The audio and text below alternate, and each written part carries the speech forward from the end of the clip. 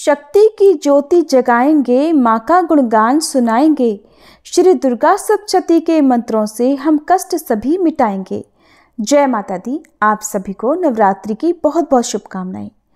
प्रिय श्रोताओं, आज से हम सभी देवी दुर्गा की अपार कृपा से एक पावन यात्रा पर चल रहे हैं। वह यात्रा है श्री दुर्गा सप्तशती के दिव्य पाठ की। यह ग्रंथ माँ भगवती की महिमा का अमृत है, जो हमें शक्ति, शांति और समृद्धि प्रदान करता है। तो आइए प्रिय श्रोताओं, आज हम सभी नवरात्रि के पहले दिन श्री दुर्गा सप्तशती पाठ के पहले अध्याय का श्रवण करते हैं। हे माँ जगदम्बे, आपकी कृपा सभी भक्तों पर बनी रहे। आपका आश्रय हम सभी को भय, कष्ट और संकटों से बचाए। आपकी शक्ति हमारे मन, वचन और कर्म को शुद्ध करे और जो भी इस पाठ को सुने उसे आपके आशीर्वाद की प्राप्ति हो। अब आप सुनेंगे श्री दुर्गा सप्तशती का प्रथम अध्याय। और दुर्गा सप्तशती के प्रथम अध्याय से पहले सप्तश्लोकी दुर्गा का पाठ अवश्य सुनना चाहिए। भगवान शिव ने देवी पार्वती जी से कहा, हे देवी, आप भक्तों के लिए सुलभ हो और समस्त कर्मों का विधान करने वाली हो। कलयुग में कामनाओं की सिद्धि हेतु यदि कोई उपाय हो तो उसे अपनी वाणी द्वारा सम्यक रूप से व्यक्त करो। तब देवी ने कहा, हे देव, आपका मेरे ऊपर बहुत स्नेह है। कलयुग में समस्त कामनाओं को सिद्ध करने वाला जो साधन है वह बतलाऊंगी, सुनो। उसका नाम है अम्बा स्तुति। ओम इस दुर्गा सप्तश्लोकी स्तोत्रम मंत्र के नारायण ऋषि हैं। अनुष्ठुप छंद हैं श्री महाकाली, महालक्ष्मी और महासरस्वती देवता हैं। श्री दुर्गा की प्रसन्नता के लिए सप्तश्लोकी दुर्गा पाठ में इसका विनियोग किया जाता है। वे भगवती महामाया देवी ज्ञानियों के भी चित्त को बलपूर्वक खींचकर मुंह में डाल देती हैं। माँ दुर्गे, आप स्मरण करने पर सब प्राणियों का भय हर लेती हैं और स्वस्थ पुरुषों द्वारा चिंतन करने पर उन्हें परम कल्याणमयी बुद्धि प्रदान करती हैं। दुख, दरिद्रता और भय हरने वाली देवी, आपके सिवा दूसरा कौन है जिसका चित्त सबका उपकार करने के लिए सदा ही दयाद्र रहता हो। नारायणी, आप सब प्रकार का मंगल करने वाली और मंगलमयी हो। कल्याणदायिनी शिवा हो। सब पुरुषार्थों को सिद्ध करने वाली, शरणागत वत्सला, 3 नेत्रों वाली और गौरी हो। आपको नमस्कार है। शरण में आए हुए दीनों और पीड़ितों की रक्षा में संलग्न रहने वाली तथा सबकी पीड़ा दूर करने वाली नारायणी देवी, आपको नमस्कार है। सर्वस्वरूपा सर्वेश्वरी तथा सब प्रकार की शक्तियों से संपन्न दिव्य रूपा दुर्गे देवी, सब भयों से हमारी रक्षा करो, आपको नमस्कार है। देवी, आप प्रसन्न होने पर सब रोगों को नष्ट कर देती हो और कुपित होने पर मनोवांछित सभी कामनाओं का नाश कर देती हो। जो लोग आपकी शरण में जा चुके हैं उन पर विपत्ति तो आती ही नहीं। आपकी शरण में गए हुए मनुष्य दूसरों को शरण देने वाले हो जाते हैं। सर्वेश्वरी, आप इसी प्रकार तीनों लोकों की समस्त बाधाओं को शांत करो और हमारे शत्रुओं का नाश करती रहो। इस तरह से श्री दुर्गा सप्तश्लोकी संपूर्ण हुआ। अब माँ भगवती दुर्गा का आप सभी मन में ध्यान करते हुए प्रथम अध्याय का भी श्रवण कीजिए। इस अध्याय में मेधा ऋषि ने राजा सुरथ और समाधि को देवी भगवती की महिमा बताते हुए मधु कैटभ के वध का वर्णन किया है। ओम नमः चंडिकाय। ओम प्रथम चरित्र के ब्रह्मा ऋषि, महाकाली देवता, गायत्री छंद, नंदा शक्ति, रक्तदंतिका बीज, अग्नि तत्व, ऋग्वेद स्वरूप हैं। श्री महाकाली देवता की प्रसन्नता के लिए प्रथम चरित्र के जप में विनियोग किया जाता है। भगवान विष्णु के सो जाने पर मधु और कैटभ को मारने के लिए कमल जन्मा ब्रह्मा जी ने जिनका स्तवन किया था, उन महाकाली देवी का मैं सेवन करती हूँ। वे अपने 10 हाथों में खड्ग, चक्र, गदा, बाण, धनुष, परिघ, शूल, भुषुंडी, मस्तक और शंख धारण करती हैं। उनके 3 नेत्र हैं। वे समस्त अंगों में दिव्य आभूषणों से विभूषित हैं। उनके शरीर की कांति नीलमणि के समान है और वे 10 मुख और 10 पैरों से युक्त हैं। ओम चंडी देवी को नमस्कार है। मार्कंडेय जी बोले, सूर्य के पुत्र सावर्णी जो 8वें मनु कहे जाते हैं, अब उनकी उत्पत्ति की कथा विस्तार पूर्वक कहता हूँ, सुनो।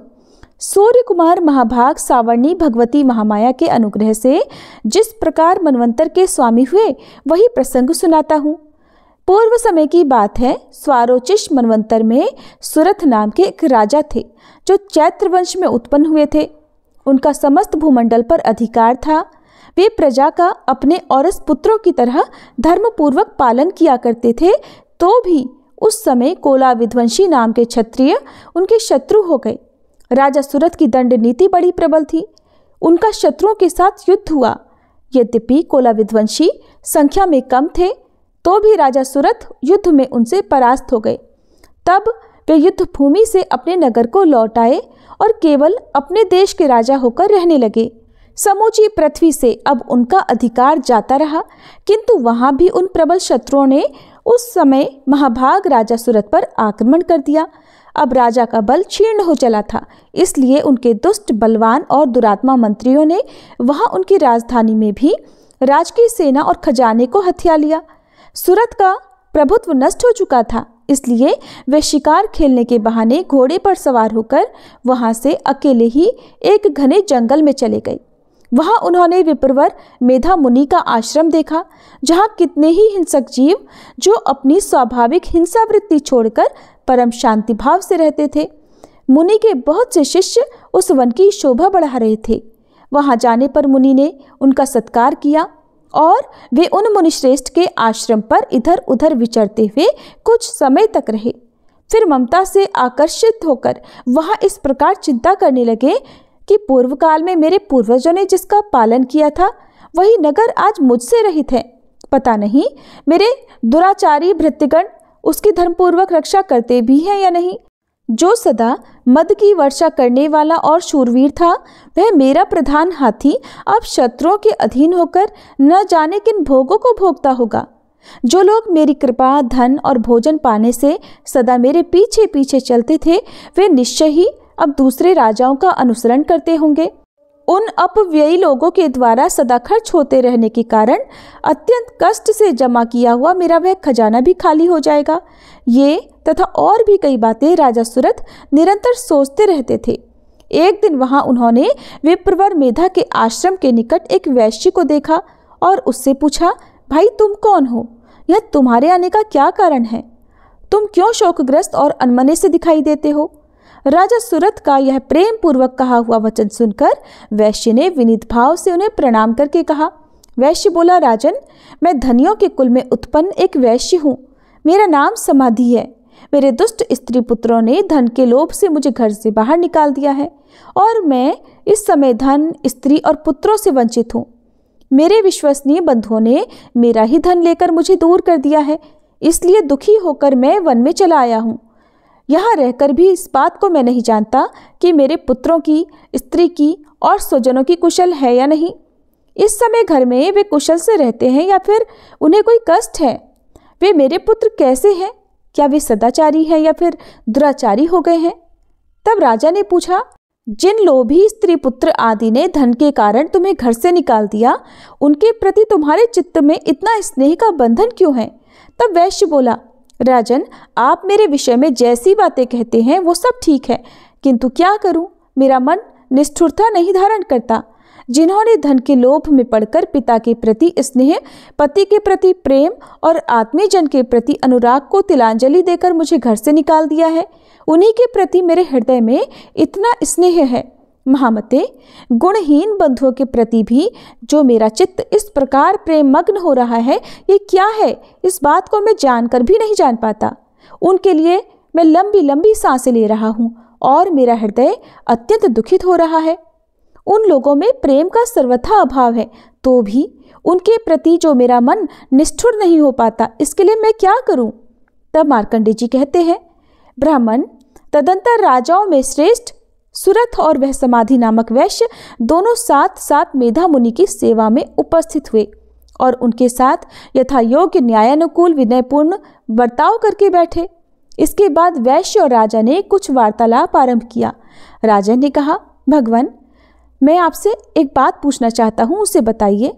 मेरा चित्त अपने अधीन न होने के कारण वह बात मेरे मन को बहुत दुख देती है। जो राज्य मेरे हाथ से चला गया है, उसमें और उसके संपूर्ण अंगों में मेरी ममता अभी तक बनी हुई है। मुनि श्रेष्ठ ये जानते हुए भी कि वह अब मेरा नहीं है, अज्ञानी की तरह मुझे उसके लिए दुख होता है। ये क्या है? और इधर ये वैश्य भी घर से अपमानित होकर आया है। इसके पुत्र, स्त्री और भृत्यों ने इसे छोड़ दिया है।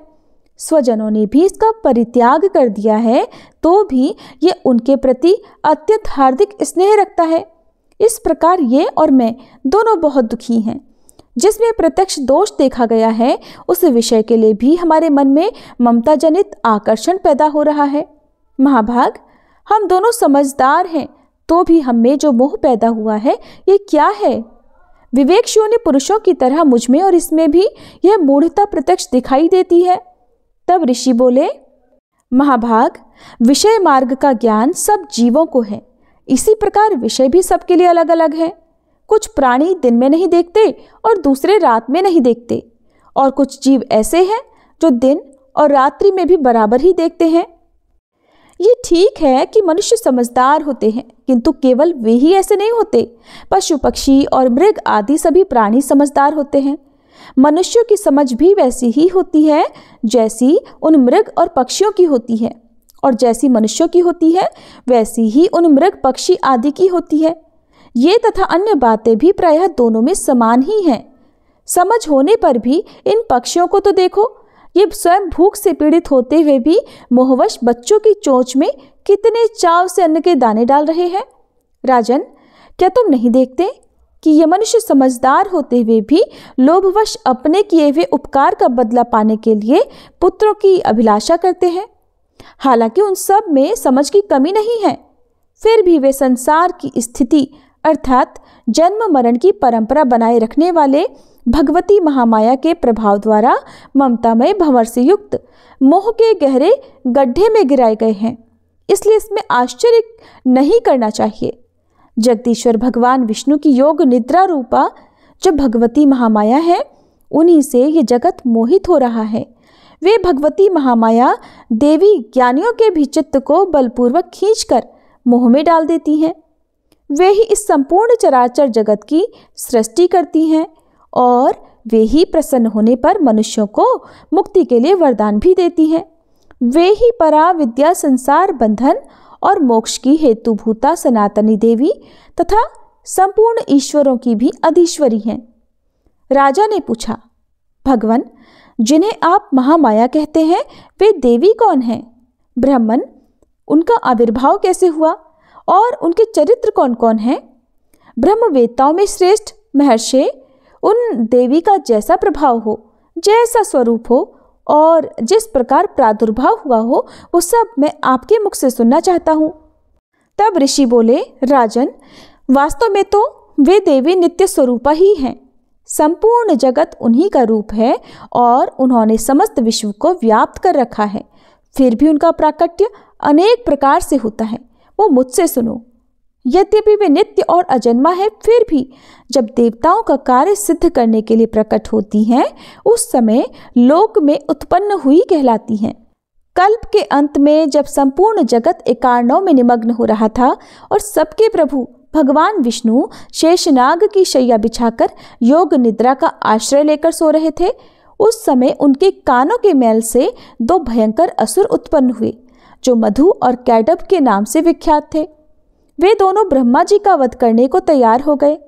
भगवान विष्णु के नाभि कमल में विराजमान प्रजापति ब्रह्मा जी ने जब उन दोनों भयानक असुरों को अपने पास आया और भगवान को सोया हुआ देखा, तब एकाग्रचित्त होकर उन्होंने भगवान विष्णु को जगाने के लिए उनके नेत्रों में निवास करने वाली योग निद्रा का स्तवन आरंभ किया, जो इस विश्व की अधीश्वरी जगत को धारण करने वाली, संसार का पालन और संहार करने वाली तथा तेजा स्वरूप भगवान विष्णु की अनुपम शक्ति है। उन्हीं भगवती निद्रा देवी की भगवान ब्रह्मा स्तुति करने लगे। ब्रह्मा जी ने कहा, देवी, आप ही स्वाहा, आप ही स्वधा और आप ही वशटकार हो। स्वर भी आपके ही स्वरूप है, आप ही जीवनदायिनी सुधा हो। नित्य अक्षर प्रणव में अकार, उकार, मकार, इन तीन मात्राओं के रूप में आप ही स्थित हो, और इन तीन मात्राओं के अतिरिक्त जो बिंदु रूपा नित्य अर्ध मात्रा है, जिसका विशेष रूप से उच्चारण नहीं किया जा सकता, वो भी आप ही हो।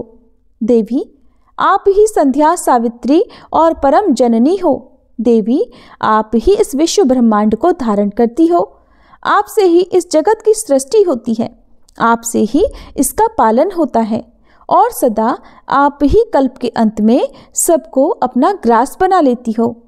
जगन्मयी देवी, इस जगत की उत्पत्ति के समय आप सृष्टि रूपा हो, पालन काल में स्थिति रूपा हो और कल्पांत के समय संहार रूप धारण करने वाली हो। आप ही महाविद्या, महामाया, महामेधा, महास्मृति, महामोह रूपा महादेवी और महासुरी हो। आप ही तीनों गुणों को उत्पन्न करने वाली सबकी प्रकृति हो। भयंकर कालरात्रि, महारात्रि और मोहरात्रि भी आप ही हो। आप ही श्री, आप ही ईश्वरी, आप ही ह्रीं और आप ही बोध स्वरूपा बुद्धि हो। लज्जा, पुष्टि, तुष्टि, शांति और क्षमा भी आप ही हो। आप खड्ग धारिणी, शूल धारिणी, घोर रूपा तथा गदा, चक्र, शंख और धनुष धारण करने वाली हो। बाण, भुषुंडी और परिघ ये भी आपके ही अस्त्र हैं। आप सौम्य और सौम्यतर हो। इतना ही नहीं, जितने भी सौम्य और सुंदर पदार्थ हैं उन सब की अपेक्षा आप अत्यधिक सुंदरी हो। पर और अपर सबसे परे रहने वाली परमेश्वरी आप ही हो। सर्वस्वरूपे देवी, कहीं भी सत असत रूप जो कुछ वस्तुएं हैं और उन सब की जो शक्ति है वो आप ही हो। ऐसी अवस्था में आपकी स्तुति क्या हो सकती है?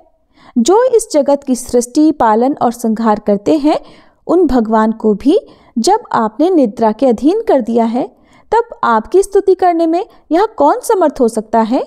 मुझको, भगवान शंकर को तथा भगवान विष्णु को भी आपने ही शरीर धारण कराया है, अतः आपकी स्तुति करने की शक्ति किसमें है? देवी, आप तो अपने इन उदार प्रभावों से ही प्रशंसित हो। ये जो दोनों दुर्धर्ष असुर मधु और कैटभ हैं, इनको मुंह में डाल दो और जगदीश्वर भगवान विष्णु को शीघ्र ही जगा दो। साथ ही इनके भीतर इन दोनों महान असुरों को भी मार डालने की बुद्धि उत्पन्न कर दो।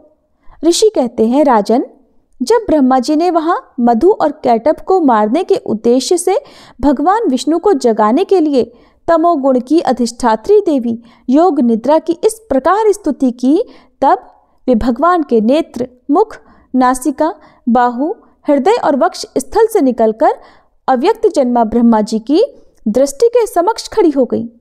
योग निद्रा से मुक्त होने पर जगत के स्वामी भगवान जनार्दन उस एकार्णव के जल में शेषनाग की शैया से जाग उठे। फिर उन्होंने उन दोनों असुरों को देखा। वे दुरात्मा मधु और कैटभ अत्यंत बलवान तथा पराक्रमी थे और क्रोध से लाल आंखें किए वे ब्रह्मा जी को खा जाने के लिए उद्योग कर रहे थे। तब भगवान श्री हरि ने उठकर उन दोनों के साथ 5000 वर्षों तक केवल बाहु युद्ध किया। वे दोनों भी अत्यंत बल के कारण उन्मत्त हो रहे थे। इधर महामाया ने उन्हें मोह में डाल रखा था, इसलिए वे भगवान विष्णु से कहने लगे, हम तुम्हारी वीरता से संतुष्ट हैं, तुम हम लोगों से कोई वर मांगो। तब श्री भगवान बोले, यदि तुम दोनों मुझ पर प्रसन्न हो तो अब मेरे हाथों मारे जाओ। बस इतना सा ही वर मैंने मांगा है, यहाँ दूसरे किसी वर से क्या लेना है।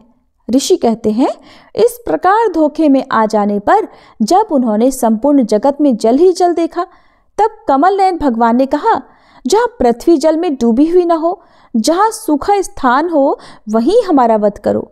ऋषि कहते हैं, तब तथास्तु कहकर शंख, चक्र और गदा धारण करने वाले भगवान ने उन दोनों के मस्तक अपनी जांघ पर रखकर चक्र से काट डाले। इस प्रकार ये देवी महामाया ब्रह्मा जी की स्तुति करने पर स्वयं प्रकट हुई थी। अब पुनः तुमसे उनके प्रभाव का वर्णन करता हूँ, सुनो। भक्तों की सुन विनती माता, कृपा करो अब दयालु बनके। जो भी तेरा नाम जपे माँ, छूटे सभी संकट जीवन के। आज का ये पहला अध्याय माँ की कृपा से पूर्ण हुआ। माता रानी की अपार अनुकंपा आप सभी पर बनी रहे और जो भी श्रद्धा से ये पाठ सुन रहा हो, माँ उसकी मनोकामनाएं पूर्ण करे और उसके जीवन में सुख शांति बनी रहे। आप सभी से अनुरोध है कि आज के इस पावन प्रसंग को अपने परिवार और मित्रों तक पहुंचाएं ताकि माँ की कृपा सभी को प्राप्त हो। कल हम दुर्गा सप्तशती के अगले अध्याय के साथ फिर से मिलेंगे। तब तक माता रानी की भक्ति में लीन रहिए। जय माता दी।